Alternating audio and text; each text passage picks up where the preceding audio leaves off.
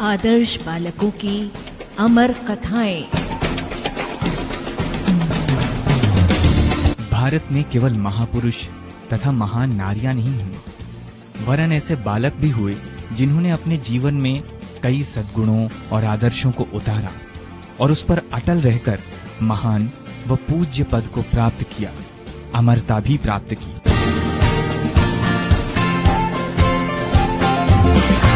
अपनी इस श्रृंखला में हम उन आदर्श बालकों की प्रेरणास्पद अमर कथाएं प्रस्तुत कर रहे हैं जिनसे सुनने वालों का मन आलोकित होगा। आदर्श बालकों की अमर कथाओं के अंतर्गत आज हम आपको सुना रहे हैं बालक अभिमन्यु की कहानी।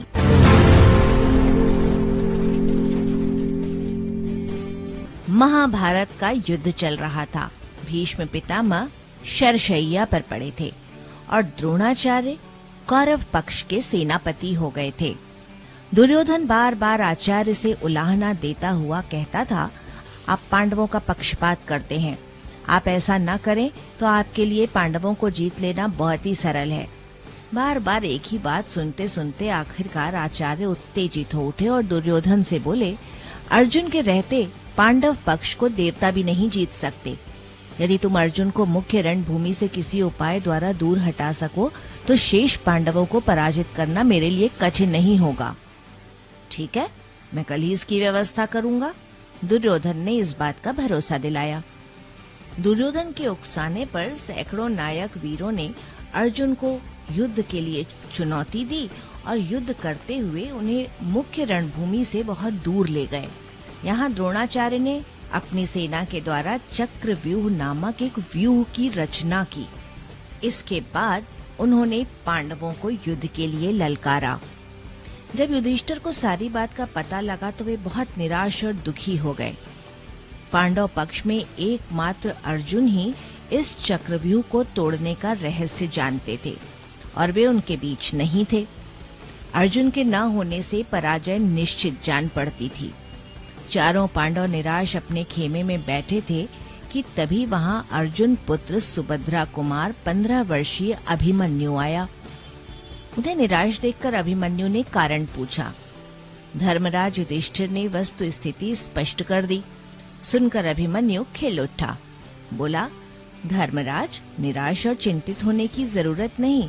कल मैं अकेला ही व्यूह में प्रवेश कर शत्रुओं का घमंड तोड़ दूंगा। उसकी बात सुनकर सभी पांडव चकित रह गए। भीम ने पूछा, बेटा, तो क्या तुम चक्रव्यूह भेद का रहस्य जानते हो? हाँ वीर श्रेष्ठ, मैं उसका रहस्य जानता हूँ। किस तरह? ये रहस्य तुमने कैसे जाना? अभिमन्यु बताने लगे, उस समय मैं माता के गर्भ में था। तब एक दिन पिताजी माताजी को चक्रव्यूह भेद का रहस्य विस्तार पूर्वक बताने लगे। पिताजी ने चक्रव्यूह के 6 द्वार तोड़ने की बात बताई। इतने में माताजी को नींद आ गई। तब पिताजी भी शांत हो गए और उसके आगे का विवरण नहीं बताया। इसलिए मैं चक्रव्यूह में प्रवेश करके उसके 6 द्वार तोड़ सकता हूँ, लेकिन उसका 7वां द्वार तोड़कर बाहर निकल कर आने के रहस्य से अनभिज्ञ हूँ। अभिमन्यु की बात से उत्साहित होकर भीमसेन ने कहा, 7वां द्वार तो मैं अपने गदा के प्रहार से ही तोड़ दूंगा। धर्मराज युधिष्ठिर यद्यपि नहीं चाहते थे कि बालक अभिमन्यु को उस व्यूह में भेजा जाए, लेकिन दूसरा कोई उपाय भी नहीं था। अभिमन्यु दिग्गज योद्धाओं की तरह प्रतिदिन के युद्ध में सम्मिलित होते थे।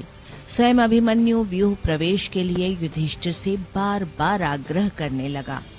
आखिरकार युधिष्ठिर को उसका आग्रह स्वीकार करना पड़ा। दूसरे दिन प्रातःकाल नियत समय पर युद्ध आरंभ हुआ। द्रोणाचार्य ने व्यूह के मुख्य द्वार की रक्षा का भार जयद्रथ को सौंपा। जयद्रथ को भगवान शंकर से ये वरदान प्राप्त था कि अर्जुन को छोड़कर वो शेष पांडवों को परास्त कर पाएगा। अभिमन्यु ने अपनी भीषण बाण वर्षा से जयद्रथ को ऐसा विचलित किया कि वो द्वार छोड़कर व्यूह के अंदर भाग गया। उसके द्वार से हटते ही तीव्र वेग से अभिमन्यु अपना रथ व्यूह के अंदर ले गए, लेकिन उसके पीछे दूसरे पांडव व्यूह के अंदर जा पाते जयद्रथ फिर द्वार पर आ डटा और उन्हें अंदर जाने से रोक दिया। पूरे दिन भर की जी तोड़ कोशिश करने पर भी जयद्रथ के आगे उनकी एक न चली और उनके हर प्रयास को निष्फल कर जयद्रथ ने उन्हें अंदर न जाने दिया। आखिर जयद्रथ को भी वर प्राप्त था। 15 वर्ष का बालक अभिमन्यु अपने रथ पर सवार व्यूह में प्रवेश कर गया था। चारों ओर से उस पर अस्त्र शस्त्र की वर्षा हो रही थी, पर इससे न तो वो तनिक भी डरा और न ही विचलित हुआ। उसने अपने धनुष से पानी की झड़ी के समान चारों ओर बाणों की वर्षा प्रारंभ कर दी। कौरवों की सेना के हाथी, घोड़े और सैनिक कट कट कर गिरने लगे। रथ चूर चूर होने लगे। चारों ओर हाहाकार मच गया। सैनिक इधर उधर भागने लगे। द्रोणाचार्य, कर्ण, अश्वत्थामा, शल्य जैसे बड़े बड़े महारथी सामने आए, लेकिन उस वीर बालक की गति को कोई नहीं रोक पाया। वो दिव्य शास्त्रों को दिव्यास्त्र से काट देता था।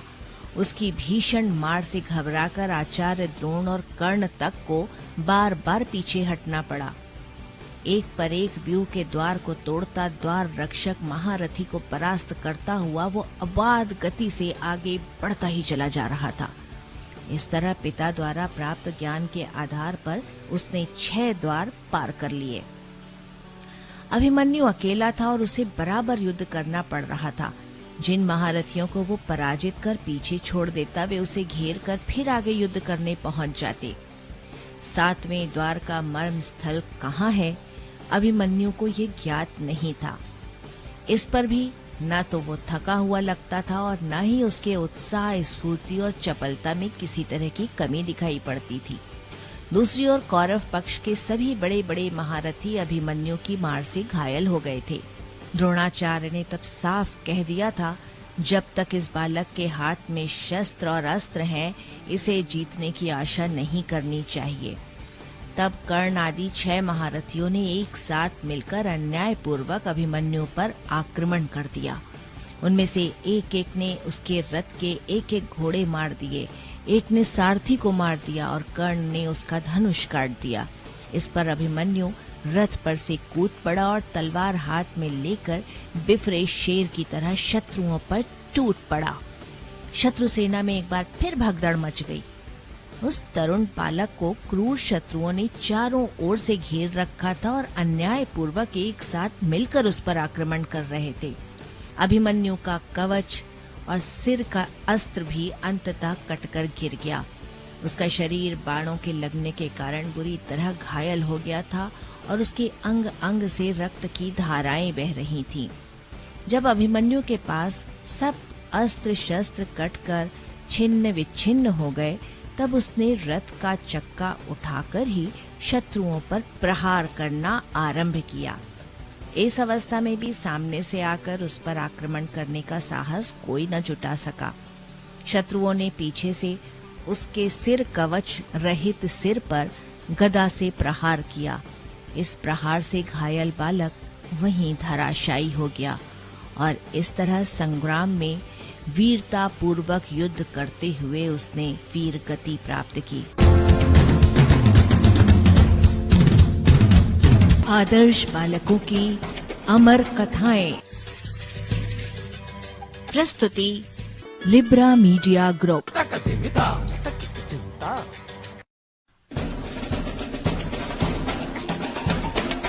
आदर्श बालकों की अमर कथाएं। भारत में केवल महापुरुष और महान नारियां ही नहीं हुई, बल्कि ऐसे बालक भी हुए हैं जिन्होंने अपने जीवन में कई सद्गुणों और आदर्शों को उतारा और उस पर अटल रहकर महान और पूज्य पद को प्राप्त किया है, अमरता भी प्राप्त की है।